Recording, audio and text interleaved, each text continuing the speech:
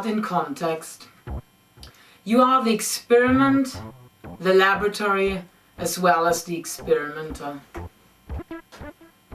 What would it mean if we would really understand that everything that we do and everything that we are is in itself a piece of art?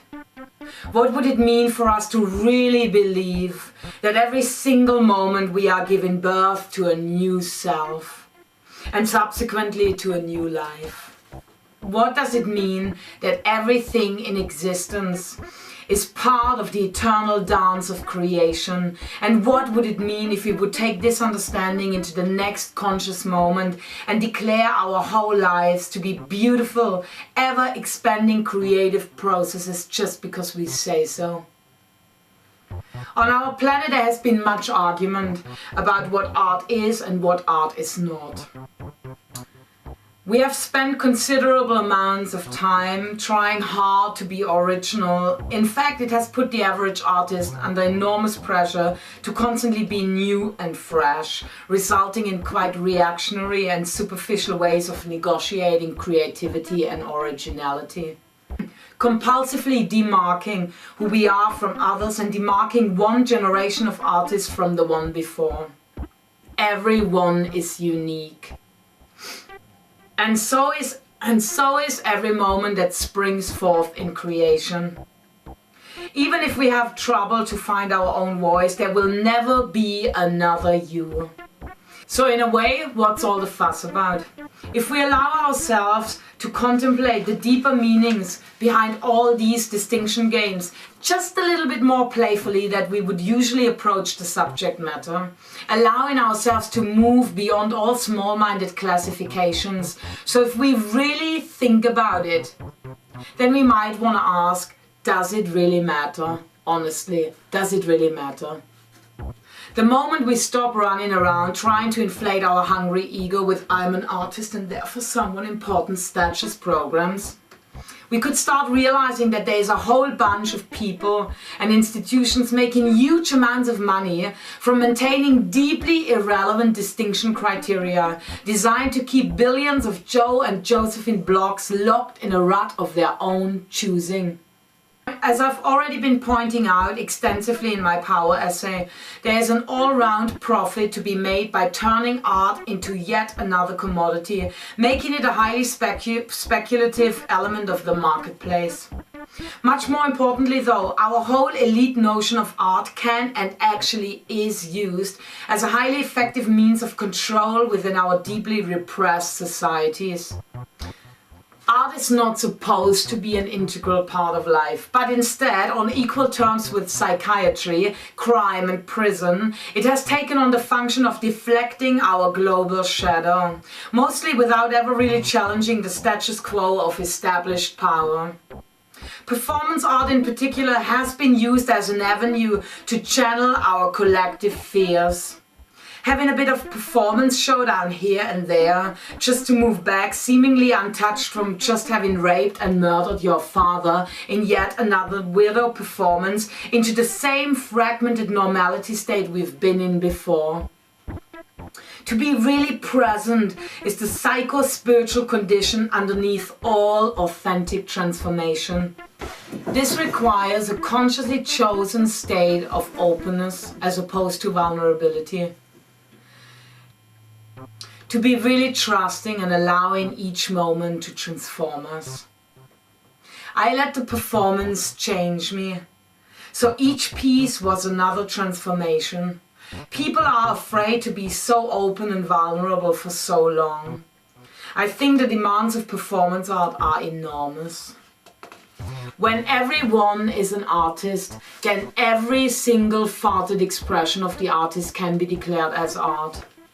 When everything could be art, enhanced by the awareness that everything ultimately just is, doesn't it render all our incredibly important judgments about literally everything kind of obsolete?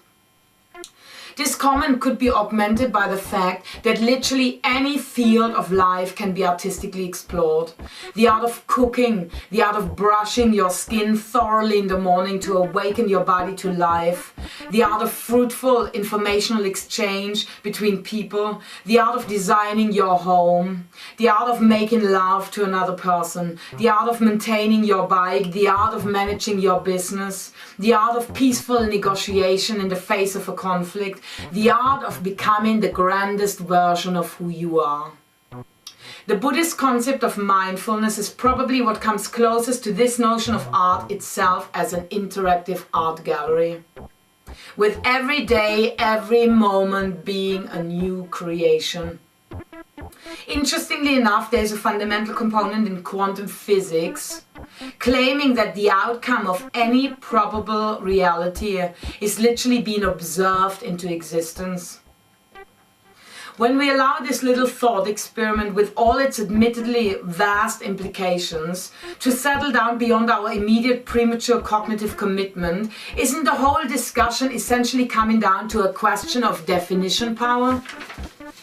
Who is claiming definition power in our own lives? Who provides meaning for our lives? I emphasize definition power a great deal here because definition power doesn't just define, it actually generates meaning. People everywhere are waking up to the control that has been exercised because they have delegated the power to give meaning to their own lives to someone or something else. The World Wide Web is one of the most obvious technological expressions of our intrinsic interconnectedness and is dramatically impacting our ways of communicating ourselves. It allows self-expressive eruptions to be recorded and instantaneously be broadcast all over the plugged-in planet. It provides profound cutting-edge information to bypass all censorship and info monopolies. It enables networking to a degree never known in recorded history. It certainly reflects, through its fundamentally decentralized structure and potential for autonomous self-publicity, a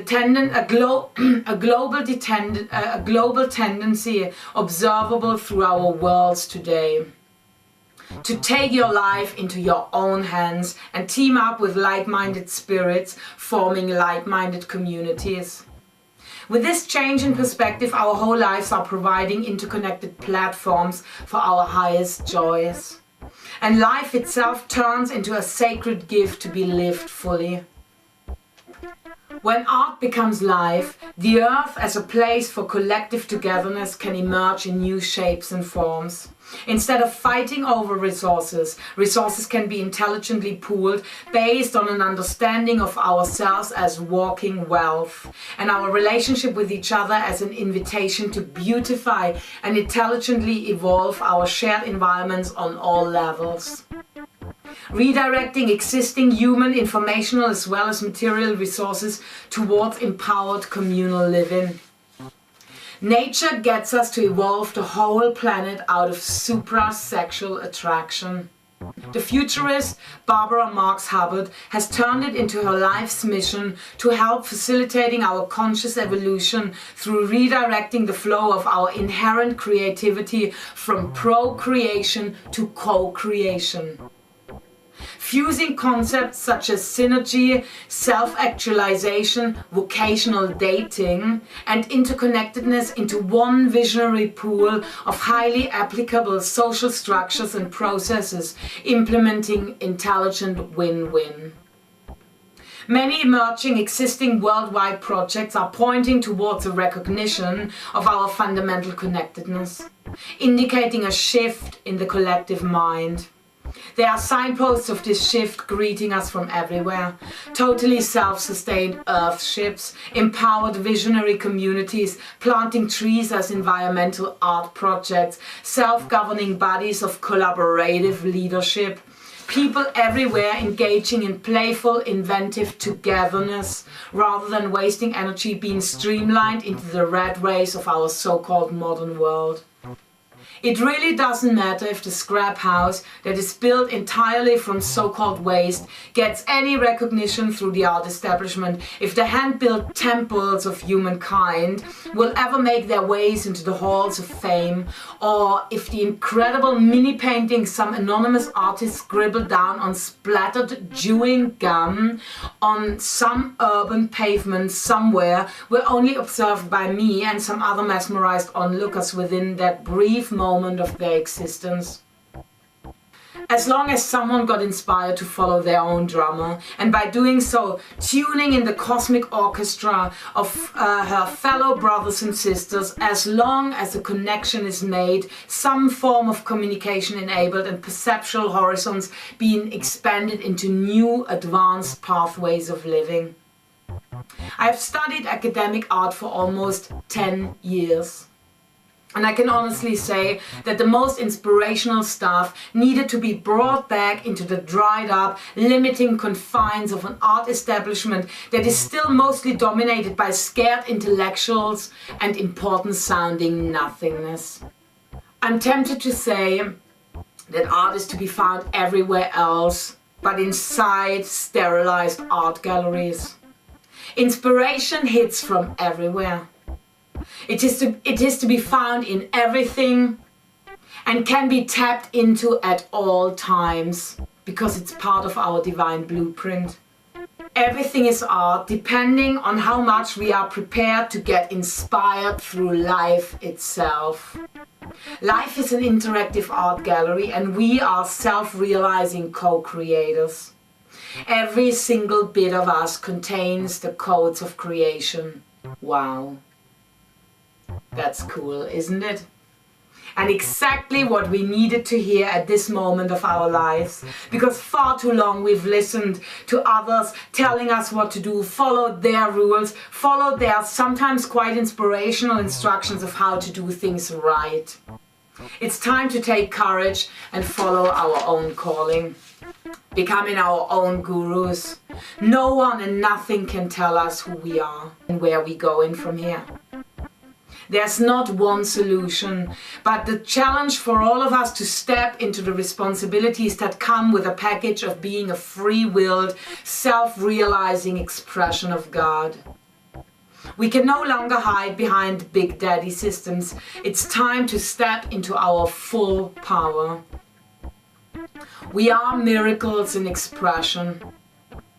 We don't waste time meditating because we are God and goddesses anyway. It's our choice now to take courage, coming off the fence of suspended living. The times are now, and we are the ones we've been waiting for forever.